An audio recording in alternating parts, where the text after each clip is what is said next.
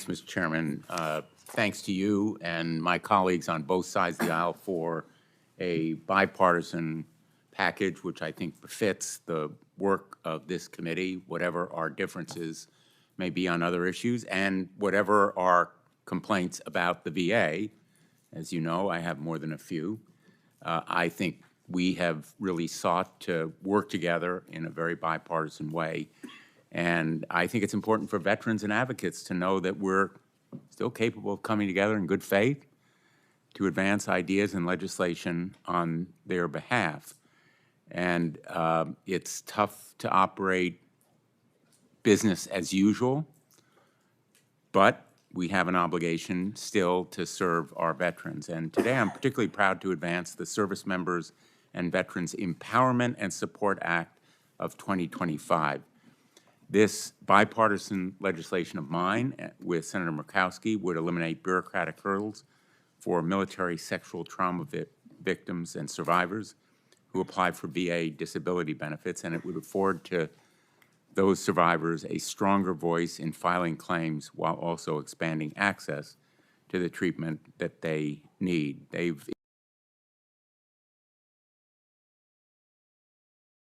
care and services.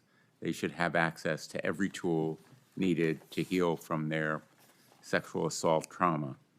Other critical bills on today's agenda ensure that the VA is better serving disabled veterans, women veterans, and student veterans. Some support veterans' caregivers and extend and expand efforts to address the mental health needs of veterans and make care more accessible.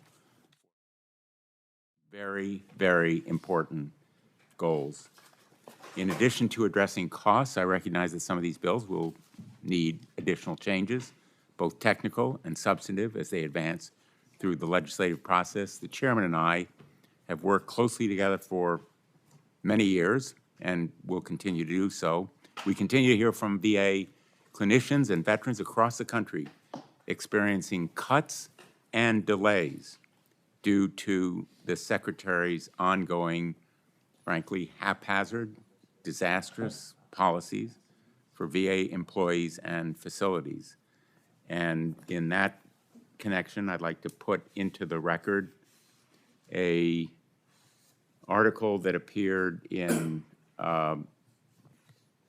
Prospect for Organizational Healthcare entitled Privatizing Veterans Healthcare Will Be a Disaster, if there's no objection. No objection. Let me just say, So ordered. thank you.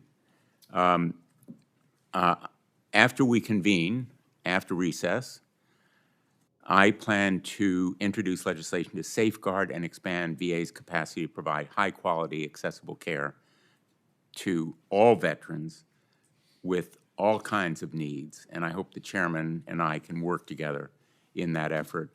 And I look forward to continued discussions about ensuring community providers are held accountable for meeting basic requirements to provide high-quality care to veterans, and that includes returning medical records and ongoing training similar to what is required of VA providers.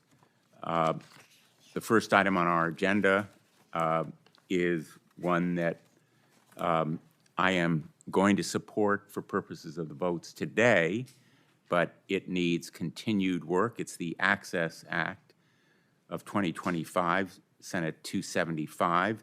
I am going to support it today provisionally on the condition that we continue to work together, as the chairman has mentioned, to make it better than what it is now and make it acceptable so that community care meets the standards that are necessary and we enhance and improve our VA system, not abandon it, but actually expand and improve it.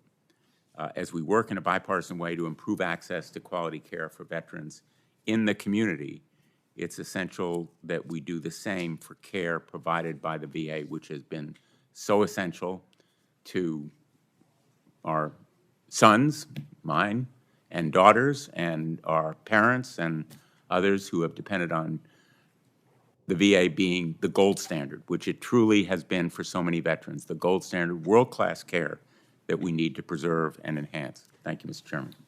Senator Blumenthal, thank you for your comments.